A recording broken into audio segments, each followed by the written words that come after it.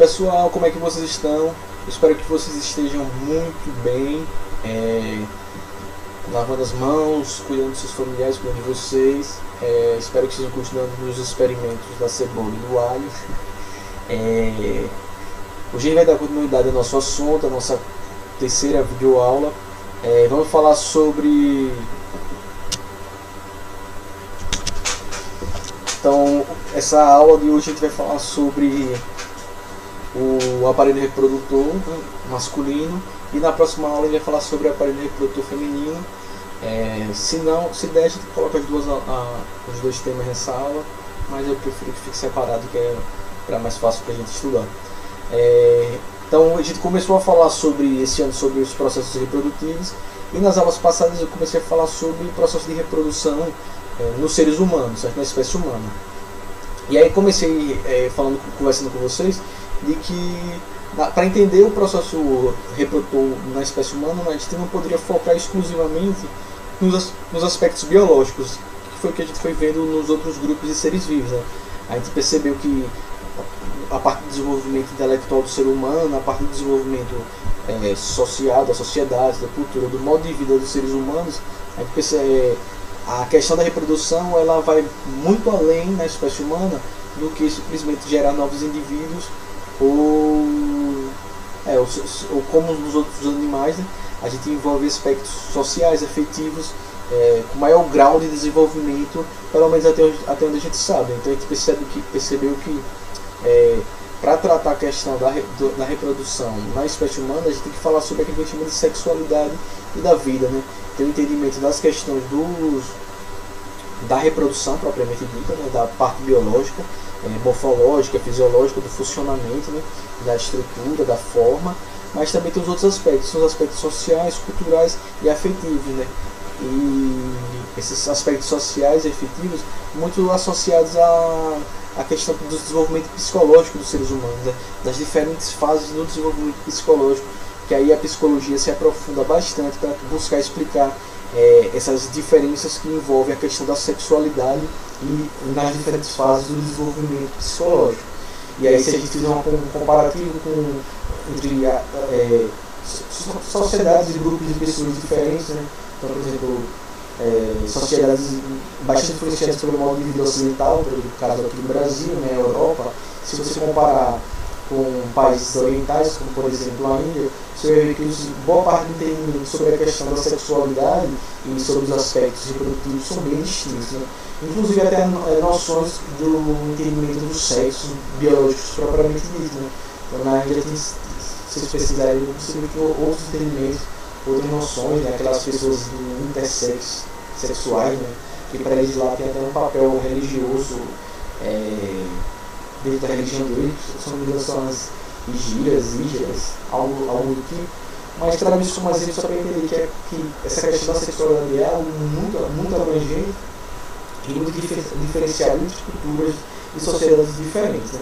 E isso também tem, além dessas culturas, até inclusive nas faixas etárias da mesma cultura. Ou seja, o entendimento sobre a questão da sexualidade de uma pessoa adulta com pessoas na fase da adolescência e até entre gerações, ou seja, entre uma geração e outra, as noções foram se alterando, né? As questões do papel social do sexo, né? Então, tipo, há alguns anos atrás, as mulheres não tinham direito nem ao voto, e por aí se vai, ou seja, são aspectos que se associam ao reprodutivo biológico, intercalado com questões sociais e culturais, né?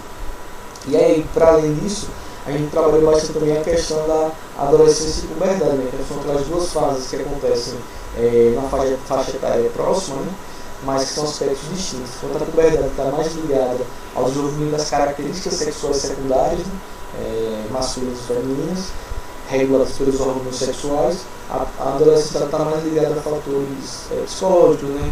Sociais, geracionais, comportamentais e afetivos. Mas que todas essas questões elas estão interrelacionadas, né? Por assim dizer. E aí, quando eu falei das características sexuais secundárias, eu lembrei lá que existiam as primárias, né? Quando as secundárias elas surgem durante a puberdade, durante o acréscimo da produção dos hormônios sexuais, As primárias são aquelas que são determinadas pelos genes, né, dos cromossomos sexuais, lá no período da concepção. Ou seja, quando o espermatozoide ele se combina com o óvulo, quando acontece o processo de fecundação e a mistura do material genético que a gente herda do nosso pai e da nossa mãe, a partir dessas combinações de cromossomos sexuais, aí vai determinar se você vai terminar o desenvolvimento do seu aparelho reprodutor feminino ou se o seu aparelho reprodutor feminino vai se desenvolver e se modificar no aparelho reprodutor masculino. Lá, a partir da terminação do cromossomo Y, especificamente um gene que a gente chama do SRY.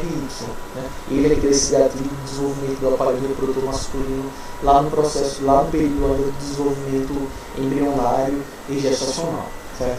Então, na aula de hoje, a gente vai começar a ver o aparelho reprodutor masculino, certo? Vou trazer algumas imagens e a gente vai entender um pouquinho sobre sua anatomia, ou seja, sua morfologia, os órgãos e estruturas que fazem parte dele. E a gente vai falar também sobre o funcionamento, ou seja, para que serve qualquer estrutura, certo? As imagens agora eu busquei um banco de imagens muito próximos ao que vocês têm no livro didático de vocês. Se vocês quiserem, vocês podem acompanhar pelo livro didático. E vou trazer uma estrutura aqui que é são esquemas científicos didáticos, certo? Então vamos lá aqui para o nosso esqueminha do aparelho reprodutor masculino. Então aqui a gente tem aqui na nossa imagem o aparelho reprodutor masculino, certo? E suas estruturas. Então vamos começar das estruturas mais internas até falar sobre as estruturas internas. Então vamos começar lá está no cantinho esquerdo de vocês, aí são os testículos. Então, testículo, o pessoal apontando um, mas normalmente a pessoa nasce com 2 testículos. Os testículos eles são a variação dos ovários, ou seja, lá no processo de desenvolvimento embrionário, lá na barriga da nossa mãe, as pessoas que tinham lá o cromossomo Y, o aparelho pré-aparelho reprodutor feminino começa a se modificar no masculino. Então os ovários ficam internos e os testículos eles vão para a parte mais externa do corpo. Né? Até pouco antes do nascimento, os testículos eles ainda ficam dentro do nosso abdômen, mas quando é próximo do nascimento, eles saem e ficam, não ficam na cavidade abdominal junto com os demais órgãos, ele fica mais externo, protegido por uma estrutura ali que se estão vendo na ponta dele que chama de escroto. Chama de escroto ou saco escrotal, certo? Então, o saco escrotal é o testículo. Então, o testículo vai ficar dentro do saco escrotal. O testículo ele tem 2 funções. Ele tem uma função endócrina, ou seja, uma função de produção de hormônios, e ele tem uma função de produção dos gametas. Então, o testículo ele vai servir para fazer 2 coisas. A primeira coisa é a produção dos hormônios sexuais masculinos, que no caso aí é a testosterona. Então o testículo ele vai ser responsável pela produção da testosterona no corpo. Então ele vai produzir a testosterona, quando se inicia o processo, o período da puberdade, ele começa a intensificar a produção de testosterona, que vai ser responsável pelo desenvolvimento das características sexuais secundárias, certo? Então nesse período da puberdade é nos testículos que vai ocorrer a produção da testosterona, o hormônio sexual masculino. No testículo também, como eu falei, vai ocorrer a produção dos gametas, ou seja, das células reprodutoras masculinas, que no caso do aparelho reprodutor masculino, esses gametas são chamados espermatozoides, ou seja, os espermatozoides são as células reprodutoras masculinas que são produzidas nos testículos. O início da produção dos espermatozoides ele vai começar no período da puberdade. Ou seja, só quando começa a aumentar a taxa de produção de testosterona, na puberdade, é que se inicia o processo de síntese de espermatozoides. Então, os espermatozoides eles começam a ser produzidos durante a puberdade, sua taxa de produção vai subindo, vai ficando cada vez maior, até a fase adulta. E quando a pessoa vai ficando mais velha, essa taxa de produção de espermatozoides ela vai diminuindo, certo?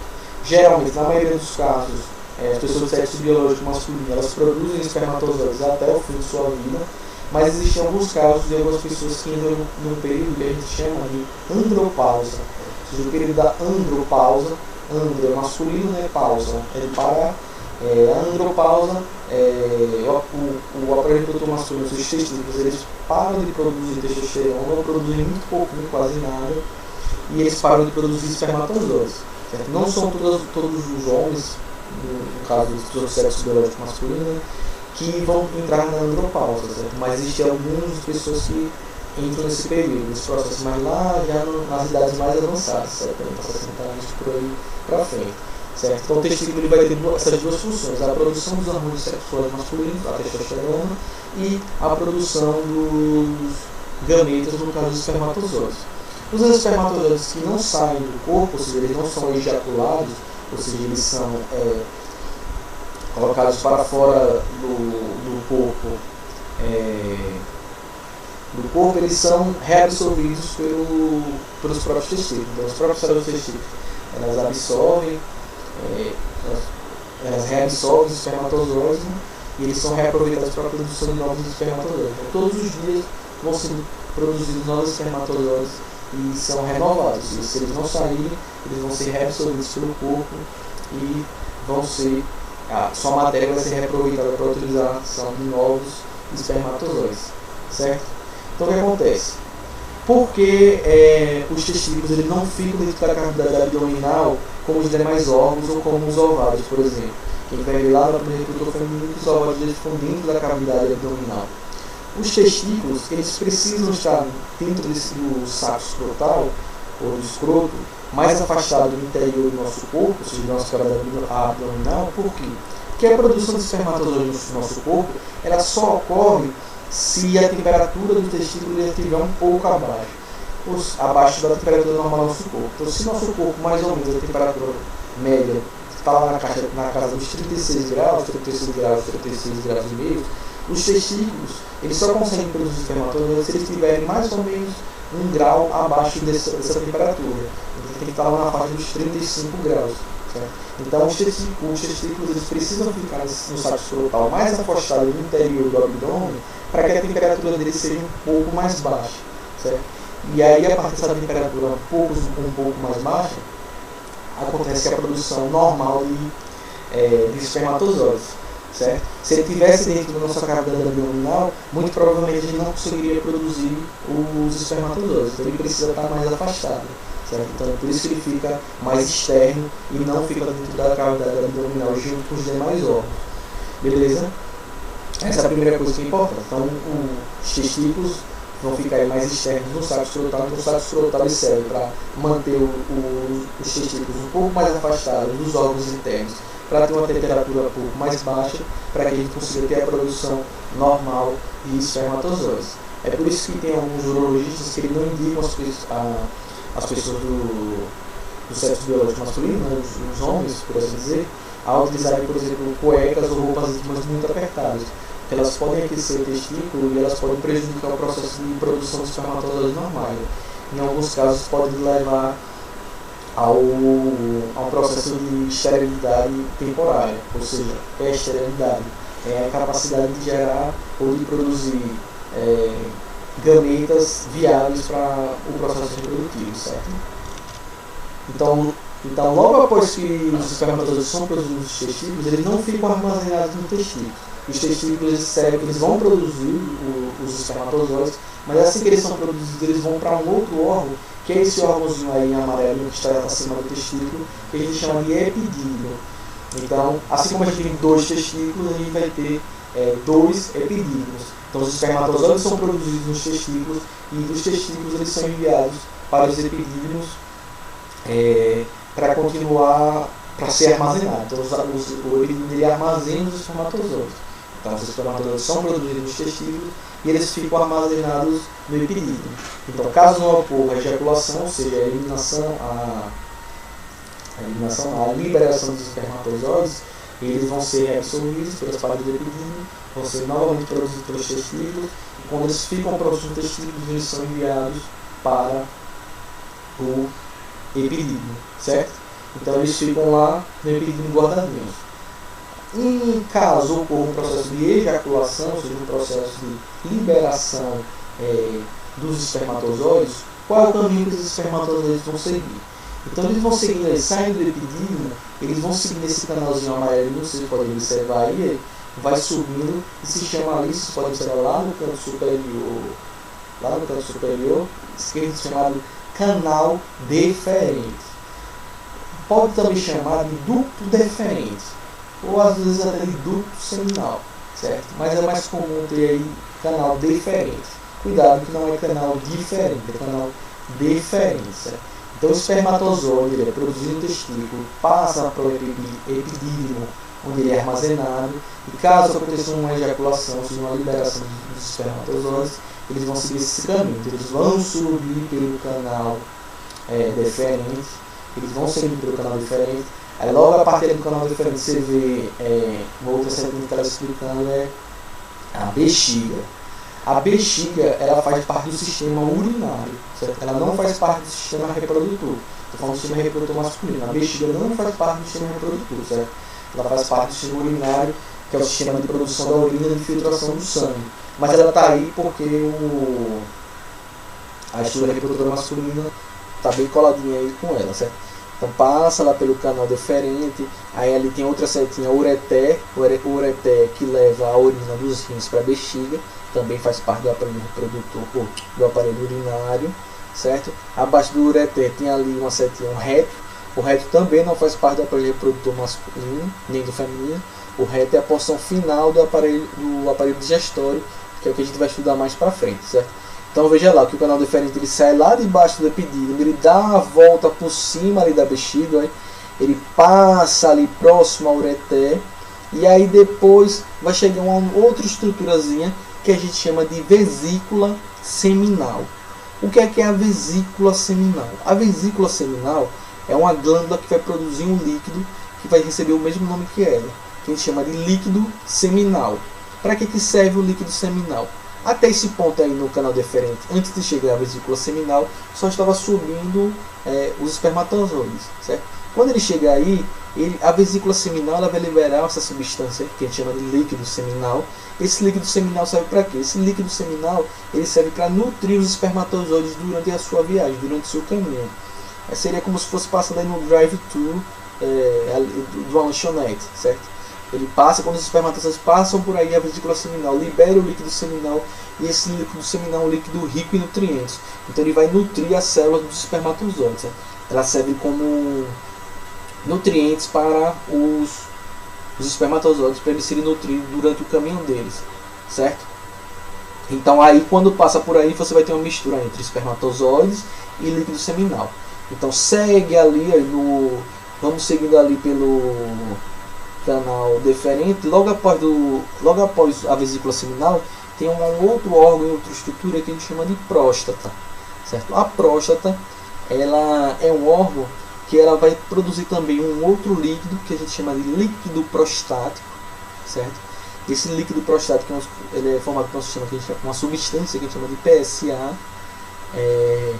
Quando a próstata ela produz esse líquido prostático, esse líquido serve para quê? O que é que vai acontecer bem ali na altura da próstata? Olha, ali na altura da próstata, um canal deferente ele vai se juntar com outro canal que sai da bexiga. Esse outro canal que sai da bexiga, quando ele se conecta ao canal deferente, ele vai formar um outro canalzinho ali que vocês vão ver ali embaixo, na base da próstata, que a gente chama de uretra, certo? A uretra, então, o canal deferente se liga ali e forma a uretra. A uretra é um canalzinho que vai conduzir para fora do corpo os espermatozoides e também a urina. Ou seja, a uretra é um órgão que é compartilhado entre o aparelho reprodutor masculino e o aparelho urinário masculino, ou seja, entre o sistema reprodutor masculino e o sistema urinário masculino, certo? Então a saída do sistema urinário, ou seja, por onde sai a urina, é por onde saem também os espermatozoides, quando ocorre a ejaculação do espermatozoide, certo? Então a uretra é um órgão ou uma estrutura que é compartilhada entre dois sistemas, o sistema urinário e o sistema reprodutor masculino. Veja, esse compartilhamento ele só ocorre no aparelho reprodutor masculino. No aparelho reprodutor feminino isso não ocorre. O que eu quero dizer?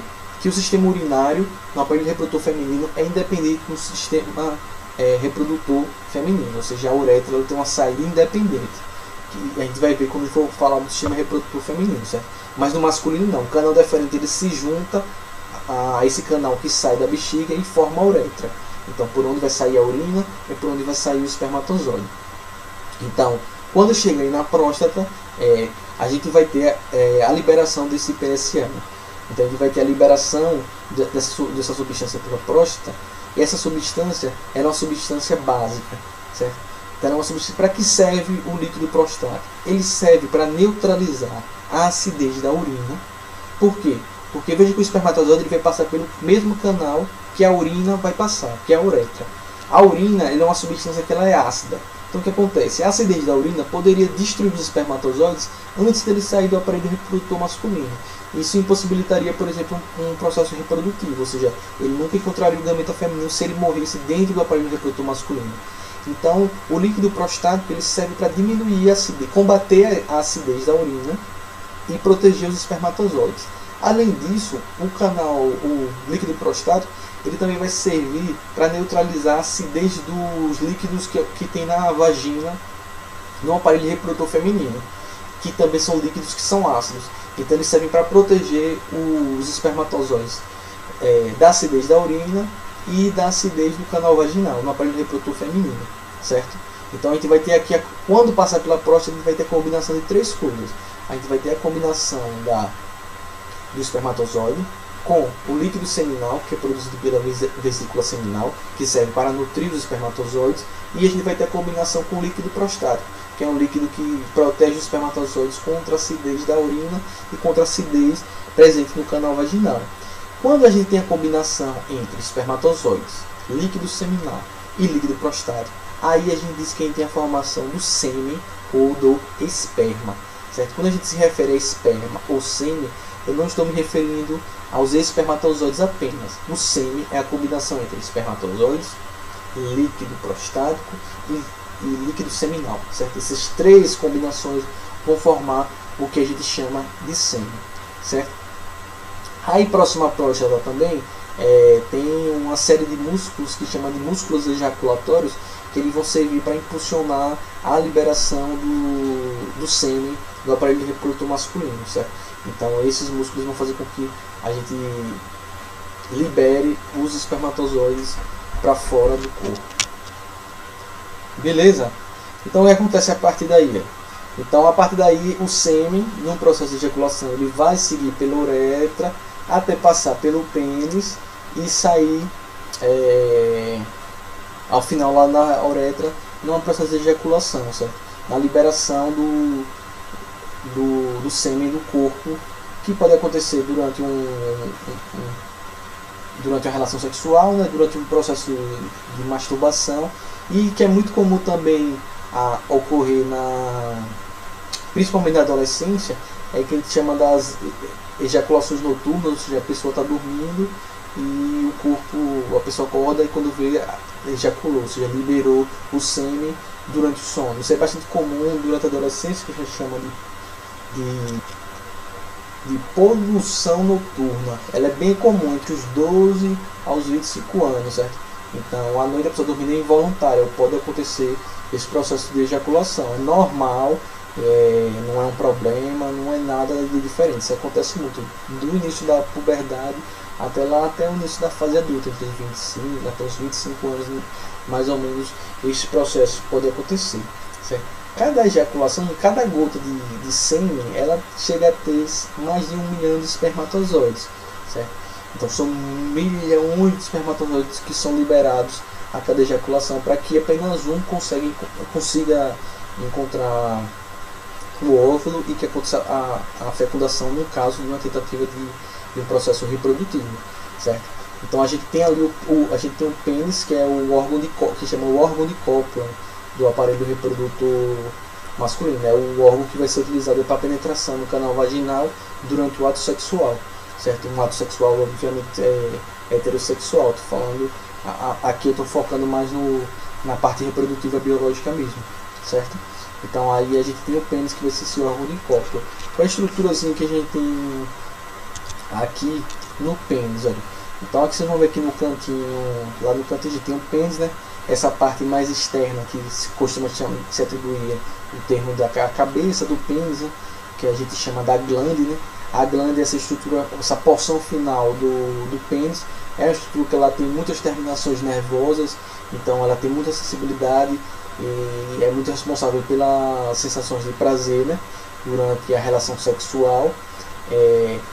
Esse pênis ele é recoberto por uma pele que a gente chama de prepúcio, né?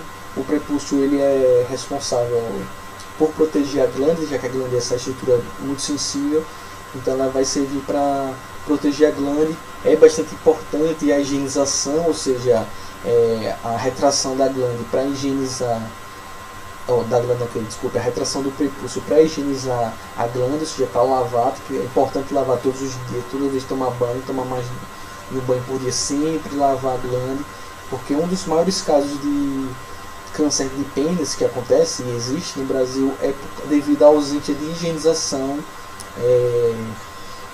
da glândula, certo? Então as pessoas não higienizam, ou seja, não retraem o prepúcio para lavar bem a glândula e acaba acumulando muita sujeira que acaba decorrendo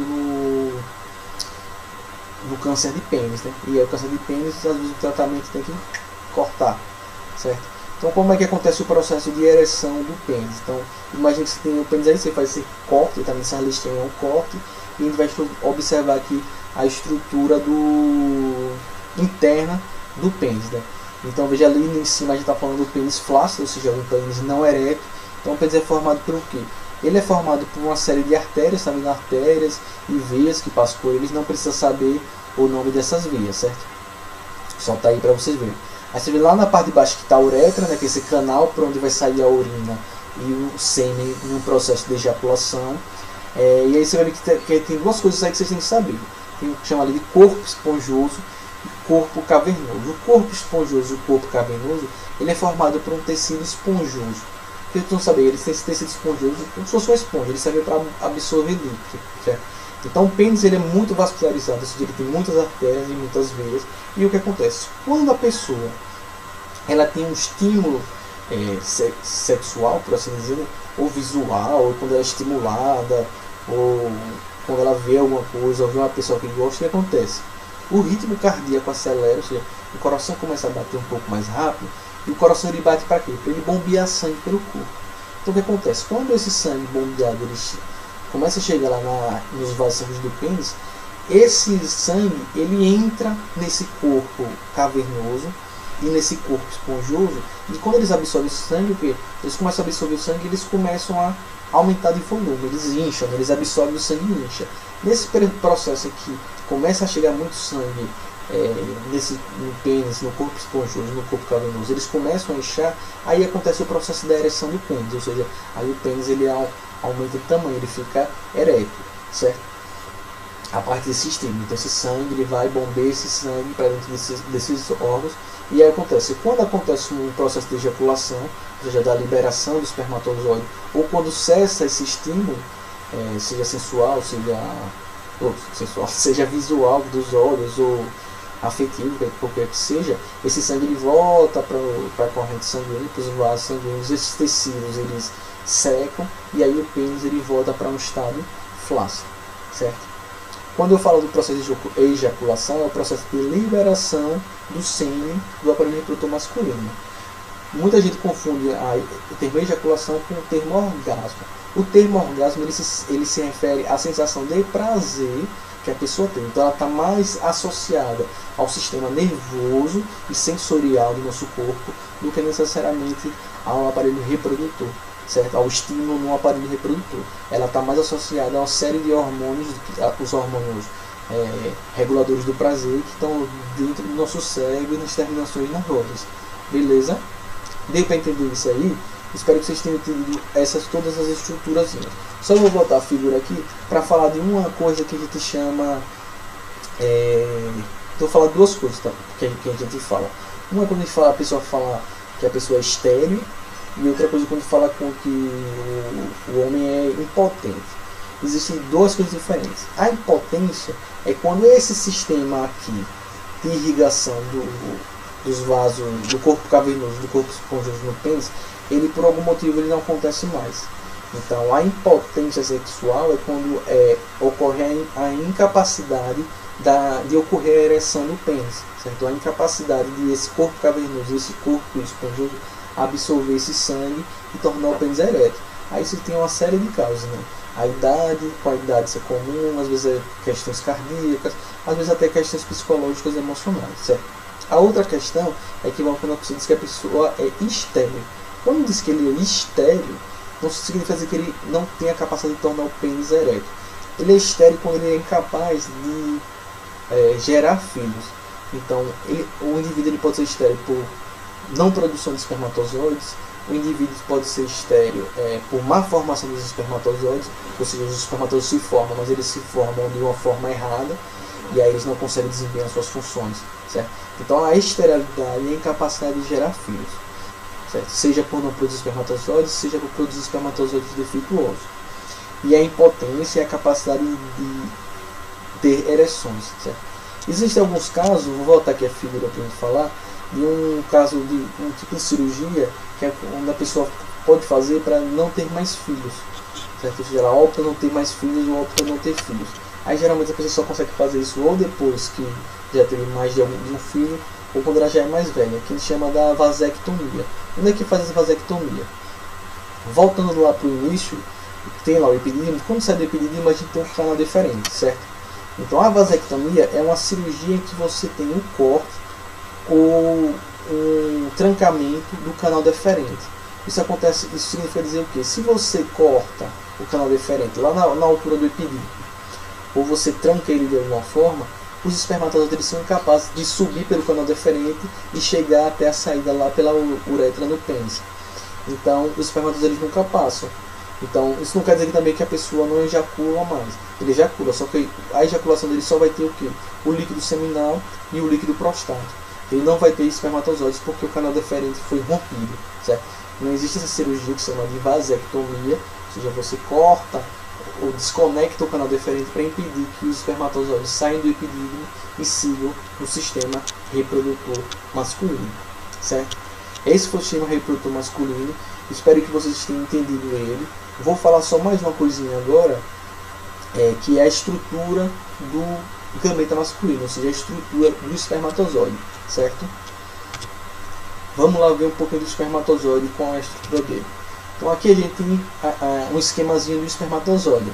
Então ele é formado pela cabeça, pela peça intermediária e pelo flagelo.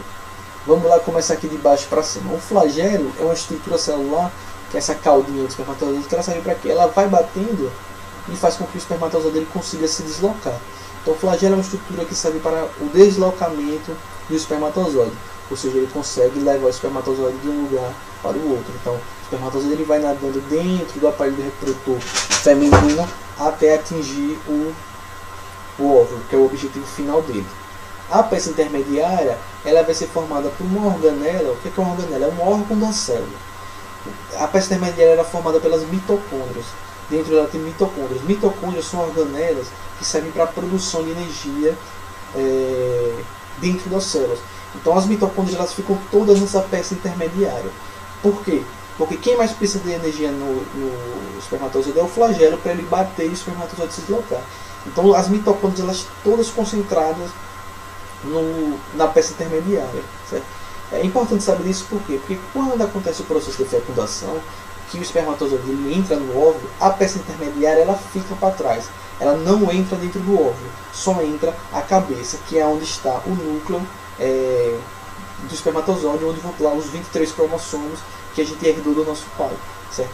Então, como a peça intermediária ela não entra dentro do óvulo, todas as mitocôndrias que a gente tem em nossas células, a gente herda todas as da nossa mãe. Ou seja, a gente não herda mitocôndrias do nosso pai, a gente herda as mitocôndrias de nossa mãe. Então essa organela é uma organela que é de herança exclusiva de nossa mãe, certo? A gente vai herdar as mitocôndrias do óvulo de nossa mãe. A peça intermediária e as mitocôndrias do nosso pai, elas são largadas para trás, certo? Então lá na cabeça do espermatozoide tem um núcleo, os cromossomos que a gente herda do nosso pai, e lá na parte de cima tem como se fosse um capacete, está vendo esse no verde mais claro, que a gente chama de acrossoma. O acrossoma, dentro dele é rico de enzimas digestórias, ou seja, são enzimas que servem para quebrar substâncias. Para que serve esse acrossoma? Quando o espermatozoide encontra o óvulo ele tem uma estrutura protetora dele, né? Para que durante o percurso do óvulo pelo aparelho reprodutor feminino ele não sofra nenhuma lesão. entende que tem camadas protetoras. Então o que acontece? Quando o espermatozoide ele atinge o óvulo, ele libera do acrossoma essas enzimas destroem essa barreira protetora para que o espermatozoide ele consiga passar e se combinar com o óvulo. Nas aulas mais para frente que eu vou explicar o processo de fecundação, eu mostro isso detalhadamente para vocês. Certo? Só estou trazendo aí para vocês entenderem um pouquinho como é que funciona o acrossoma. Então temos aí o espermatozoide, que é formado pela cabeça, que é onde tem o núcleo, os cromossomos que herda do nosso pai, e o acrossoma, que serve para ele conseguir invadir o óvulo, a peça intermediária, que vão ter as usinas de energia da célula, né, que vão estar lá as mitocôndrias, que vão servir, que vão dar energia para o flagelo, que é a terceira partezinha aí, que é a estrutura que serve para que o espermatozoide ele consiga se locomover. Então esse aí foi o aparelho reprodutor masculino. Espero que vocês tenham entendido. Se vocês tiverem dúvida, ao final do vídeo vai estar lá meu e-mail no Instagram para vocês enviarem as dúvidas. Se cuidem, fiquem bem e até a próxima aula.